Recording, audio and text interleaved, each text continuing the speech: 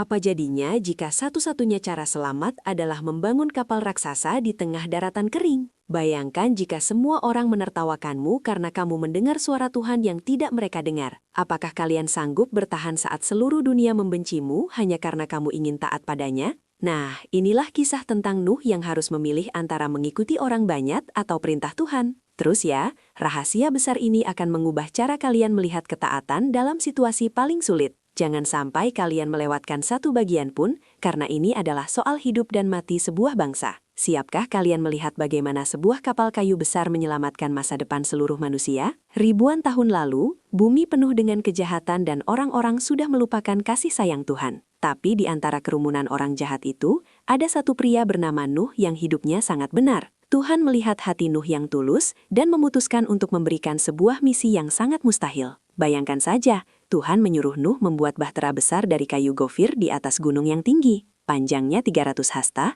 lebarnya 50 hasta, dan tingginya 30 hasta adik-adik. Terus ya, Nuh harus mengerjakannya dengan sangat teliti sesuai dengan ukuran yang Tuhan tentukan. Nah, sesudah itu, tantangan yang sebenarnya baru saja dimulai bagi Nuh dan juga seluruh keluarganya. Tetangga Nuh mulai berdatangan dan mengejeknya karena membuat kapal di tempat yang tidak ada air. Mereka bilang Nuh sudah gila dan membuang-buang waktu untuk sesuatu yang sangat tidak masuk akal. Apakah kalian pernah merasa dikucilkan hanya karena ingin melakukan hal yang benar menurut Alkitab? Nuh merasakan pedihnya dihina setiap hari, namun ia tetap memegang palu dan terus memaku kayu itu. Lalu rasa lelah mulai menyerang tubuhnya yang sudah tua, tapi perintah Tuhan harus tetap dikerjakan. Tidak ada satu orang pun yang mau membantu Nuh selain istri, 3 anak laki-laki, dan para menantu. Tekanan mental ini berat karena semua orang menganggap keluarga Nuh adalah sekumpulan orang aneh. Waktu terus berjalan dan awan hitam mulai berkumpul di langit yang biasanya selalu cerah benderang. Nah, sesudah itu, Tuhan menyuruh Nuh membawa masuk hewan-hewan dari seluruh penjuru hutan dan padang. Sepasang demi sepasang binatang mulai berjalan mendekat ke arah pintu besar bahtera yang terbuka itu. Terus ya, singa, gajah, hingga semut masuk dengan tertib tanpa ada yang saling memangsa di sana. Penduduk kota hanya menonton dengan heran,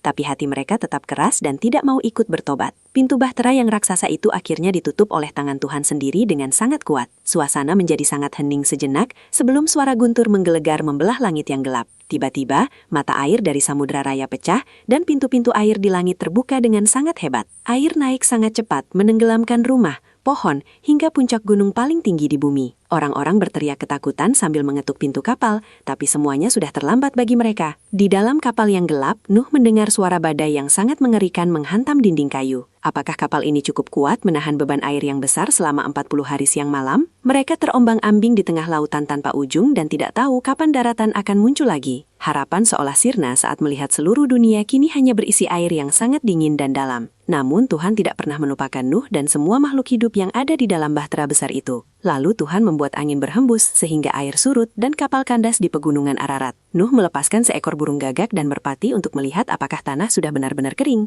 Akhirnya merpati itu kembali membawa daun zaitun segar sebagai tanda kehidupan mulai ada lagi. Tuhan menyuruh Nuh keluar dari kapal dan memulai kehidupan baru di atas bumi yang sudah dibersihkan. Hal pertama yang dilakukan Nuh adalah membangun mezbah dan memberikan kurban syukur kepada Tuhan. Nah, asap kurban itu naik ke langit dan Tuhan merasa senang dengan hati Nuh yang penuh rasa syukur. Terus ya, Tuhan memberikan pelangi di awan sebagai tanda janji bahwa bumi tidak akan banjir lagi. Kisah Nuh mengajarkan kita bahwa ketaatan kepada Tuhan selalu membuahkan keselamatan yang sejati. Meskipun dunia menertawakan imanmu, tetaplah percaya karena Tuhan punya rencana yang sangat indah. Apakah kalian berani menjadi seperti Nuh yang tetap setia meski harus berdiri sendirian melawan arus? Ingatlah bahwa satu langkah ketaatan kecil bisa menyelamatkan masa depan kalian dan orang sekitar. Bagikan cerita ini kepada temanmu agar mereka juga tahu betapa luar biasanya kasih setia Tuhan kita. Jangan lupa untuk selalu berdoa dan membaca Alkitab agar iman kalian semakin kuat setiap harinya ya. Sampai jumpa di kisah Alkitab berikutnya yang tidak kalah seru dan penuh dengan rahasia keajaiban.